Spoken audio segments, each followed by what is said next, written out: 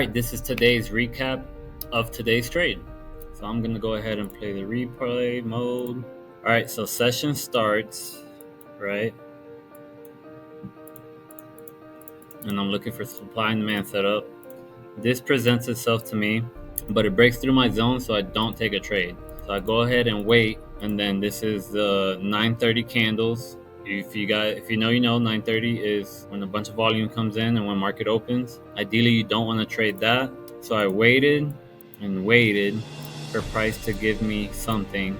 As you can see, it did not give me any setup, and this was already 10:30 in the morning. There's no clear setup here.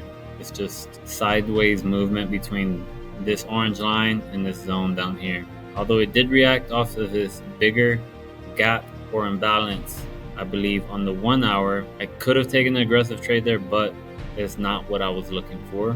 So continuing on to the afternoon, usually there is a reversal. So that's what I was spotting and looking for.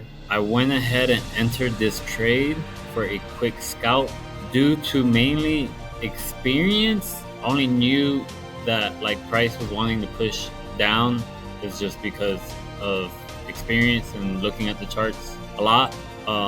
Kind of what I'm looking for, or when I see this, like when I see rejection after rejection after rejection after rejection, and the volume of the candles becoming smaller and not wanting to push higher, that it's usually a clear sign that it wants to retrace, pull back, or go to the downside, at least for a little bit, at least for a little time before it continues back up, right? So I went ahead and entered this trade based off of this candle breaking the lows of these wicks. So entered there and was looking for a quick 1-to-1.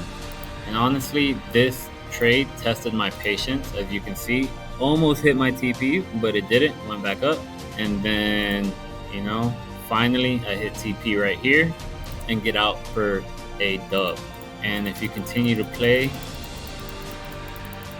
this scenario, price actually ends up going and making new highs for the day.